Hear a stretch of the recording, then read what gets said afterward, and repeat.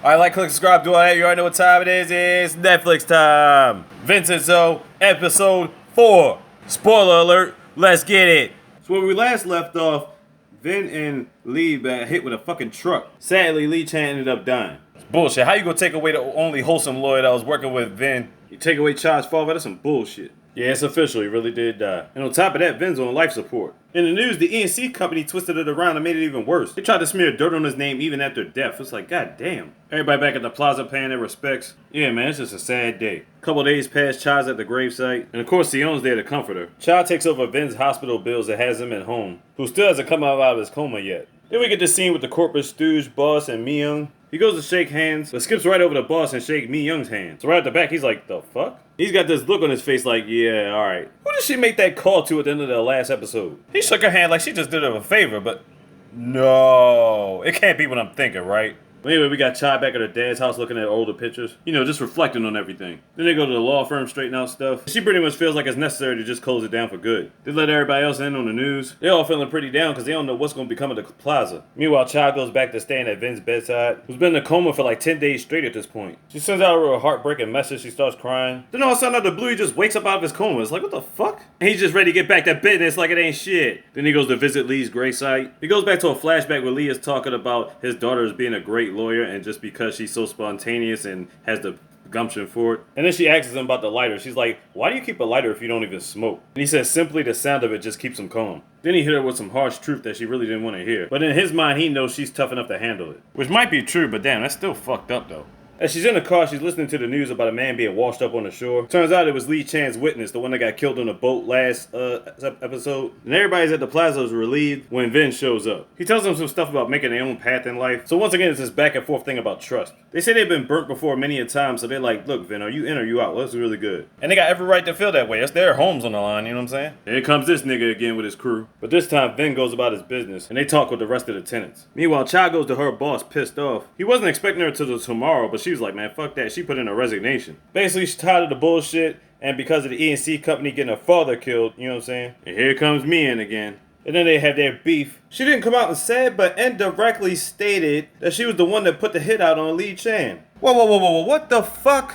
What would she personally have to gain from that? Was she just doing that just to be doing favors? What in all of the fuck? This bitch is ruthless on the low. Well, anyway, Chad's clearing out her stuff. Sehun's trying to get her to stay. Because in his mind, that's his boo. He like, look, you ain't going nowhere. She's like, get out here with that shit anyway. Who ends up following her to her dad's house anyway? Yeah, she's got to go in there and clear out some things. Meanwhile, Vin is drinking some wine and you know he got some things on his mind. He gets frustrated and throws the glass. Then later on goes back to the scene of the crime. He starts retracing his steps. And somehow he can see clearly who ran him over. Really, your muscle memory's that sharp? Sure, let's go with that. So he makes a phone call to Mr. Cho to get some information who's still in the hospital. Damn, he's been in the hospital since the first episode, shit.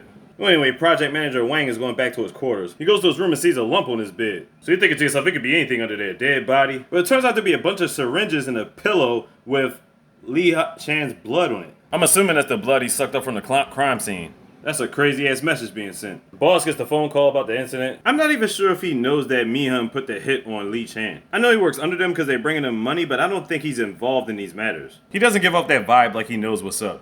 But you could tell her crazy ass about to come up, what's up, Dad? Meanwhile, Yang's on the phone just freaking out. Myung tells her to blame it on Cha because they've been trying to get after him because of, Lee Chan's death or whatever like that, the firm. I'm thinking to myself, how the fuck is that gonna work? Well, anyway, when she comes back to the plaza, she decides that she's gonna open back up the firm. But before she can celebrate, these cops having a warrant for her arrest, and they take her downtown. The secretary asks Vin for help, but he's like, she's smart, she can get out of this, she'll be out of there by tomorrow. So this nigga spends the night chilling, listening to the opera. The birds wake him up early in the morning again, tapping on his window. Meanwhile, the cops really ain't got shit on her. The word came down from Jusang, and they're actually paid to keep her in there. So while she's just chilling asleep, here comes Sehun, here to save the day, talking shit to the police. But after all that random ass talk was getting him nowhere, Vin actually does come down to save the day. He gives him a flash drive of the camera footage of where she was between the hours of 6 and 8, so there's no way she could have did this shit. And she's like, she'll leave in a minute as soon as they get her food. Yeah, she ordered some hamburgers while she was waiting.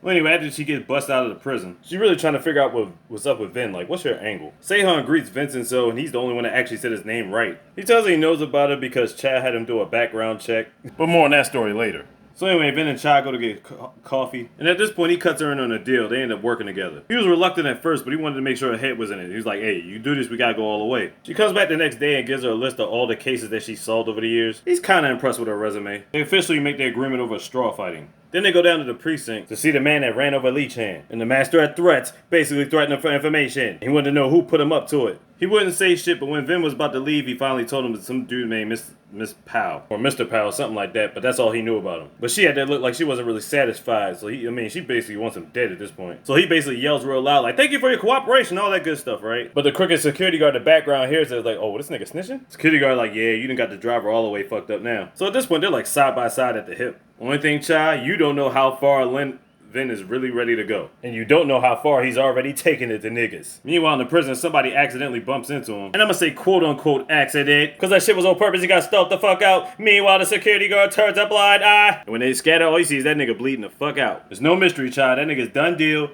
dead. So Chai makes Vin promise not to kill anybody. Vin never really responds, but then gets a phone call. But before they leave, this nigga pops up out of his sleep. They didn't even know he was there. He tells them, look, y'all gonna need me. I'm about to bust out my special skills I ain't showed nobody. He pulls out his bag and we're thinking to ourselves, what kind of special skills does he have? Later on, Vin sets up in his little gambling spot, about to catch this guy going to the bathroom, and he chokes him out with a fucking hanger. And then they come through to tie his ass up. They're using him as bait to get this nigga too. He leads him out to a spot as he knows his hand's tied to the wheel. He gets got with a taser. Now you know what time it is. Vincenzo wants answers. They ain't trying to give him none. You know he's starting to lose his patience. Even Chai didn't even realize how serious he was. He like, last chance, motherfucker. Then he bangs homie in his chest.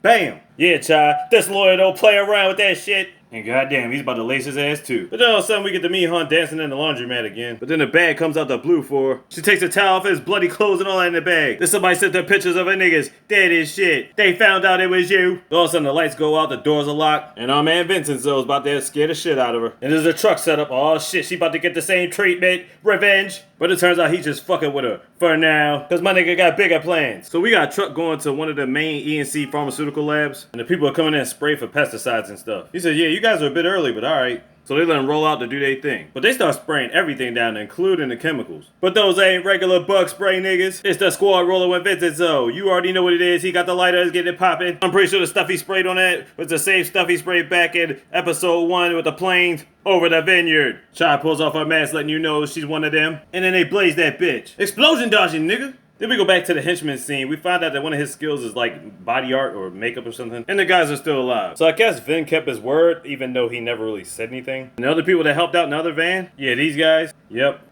They're all close friends of Lee Chan's. Wang finally gets the news and he's pissed off. Now he sees the fire and he's thinking to himself, why is the fire still going? Like, where's the sprinkler system? What's good? But it turns out while they were spraying, they shut off the sprinkler system. And everything starts blowing all the way the fuck up. Then he sees the boss coming. His boss coming. Finally, we gonna get to see who it is. Smirking in the shadows. Come on, who is it? Who is it? They still holding us in suspense. Come on, who is it? Holy shit, it's Sehun?